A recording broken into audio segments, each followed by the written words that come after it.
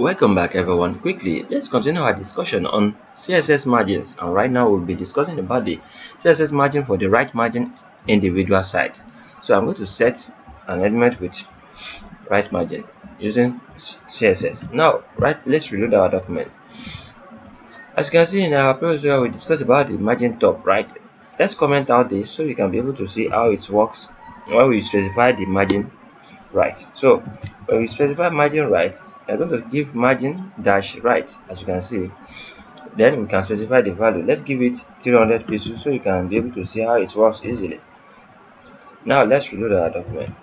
Can you see the margin at the right side right here? So that is the benefit of using the margin in your CSS. This is the margin right. Even we can use this in every other element also. Let's use this with our fit set element so you can see how it looks. Fit set element. Let's save our document and see how it looks. Reload your document. Do you notice anything right here? So when we use this in our set element, yes, let's use this in our dot set element only. Can you see only this dot set element is having this kind of margin? Can you see?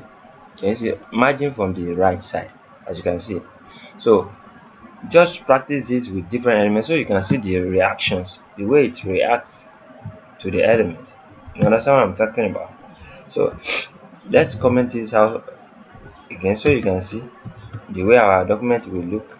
Can you see it's having no margin right now, but when we give it a margin, let's reload our document now. Can you see the margin from the right? So practice this with different elements so you can see how it works with your document. And what akorede ayofe is my name once again. I wish to see you guys next time to the next tutorial. Have a great day.